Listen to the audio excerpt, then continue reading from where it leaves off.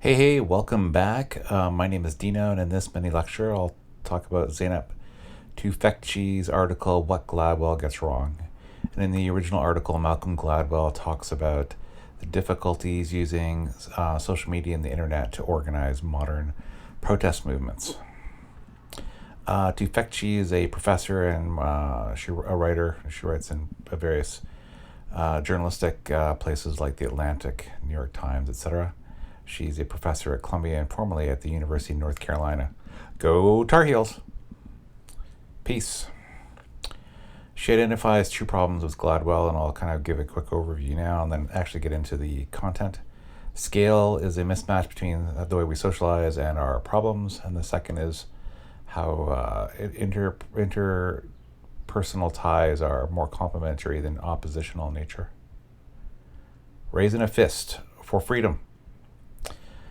In terms of scale, she writes, 1, the key issue facing activists who wish for real social change is a mismatch between the scale of our problems, global, and the natural scale of our sociality, local.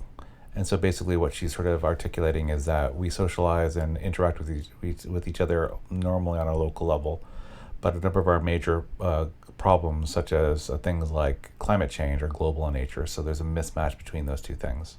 And how do you go between local to address a global problem? She writes, this is a profound problem, and more, not less, social media is almost certainly a key element of any solution. And again, how do we transfer our local way we socialize into more of a regional, state, federal, or global way? We use social media. Look at that beautiful protest art. She also talks about the relationship between different ties. Second, the relationship between weak and strong ties is one of complementarity and support, not one of opposition. So basically, they go together. They're not apart, is what she says in opposition to Gladwell. She writes, Gladwell has written about weak ties and strong ties before and continues a tradition of contrasting them as ontological opposites, somehow being opposing and displacing each other. Ontology is like the nature of being. She goes on to write, larger pools of weaker ties are crucial to being able to build robust networks of stronger ties. And internet use is key to this process. So basically, if weak ties are online, strong ties are offline, what's the best way to build strong ties? If we want to go beyond our local nature and get to be bigger, we're almost going to need to use social media and the internet to do that. Look at those people protesting in Washington, D.C. Collective action problem. Quote, the internet is the key to our collective action problem. It's the only tool that lowers the barriers for vast numbers of ordinary people to coordinate, motivate, and engage in consequential actions. Especially among the younger generation, the younger folk, as they say, who have been socialized, who are digital natives and have only used online tools throughout most of their young lives. How do they communicate? Through social media, through the internet. So if they're going to coordinate, motivate, engage one another in something, it makes sense that they would use social media and the internet. She writes, if one day we manage to organize the equivalent of lunch counter sit-ins simultaneously in 100 countries, it will be organized online. Again, given the tools that we have today, the internet and social media, it does make sense. If you're going to do lunch counter sit-ins equivalent to the civil rights era, it will probably be organized more through social media and the internet. And obviously in the old days, they didn't have those technologies, so they couldn't have used them anyways. Quote, you might go with your close friends, you might go with strangers and find yourself having become close friends. So again, she's saying about the strangers who you might have only met through following each other online, through Twitter, etc.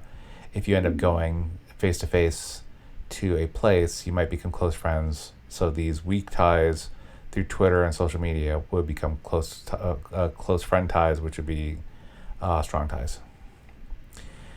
Given the decline of importance of place and family in providing people with strong ties, one's very close ties used to be immediate family, kin, neighbors, etc., where do you think people will turn to if they're to regenerate robust communities composed of strongly connected individuals? They're weaker ties. So again, given the tools of today, if you want to regenerate your communities and make them strong again and you want to work with strangers to do that, the way you're going to most likely negotiate that gulf is by using your weak ties found through social media. Finally, she writes, all those Facebook friends that Gladwell and others take turns making fun of, that is exactly where most people can eventually draw stronger ties. My sort of pushback on this would be, when you know people on Facebook, for example, and she brings up the example of Facebook, most of the people you know on Facebook are usually people you already know offline. So in Facebook, you're probably not developing new weak ties online with new people you didn't know. You're most likely going to be able to develop new weak ties through other platforms, like say like Twitter, where you follow a thought leader, etc., someone you don't know. So that was Zeynep Tufekci's What Gladwell Gets Wrong. Thanks for watching. If you have any comments or questions for me, please leave them in the below the video. Hope to see you again soon. Take care.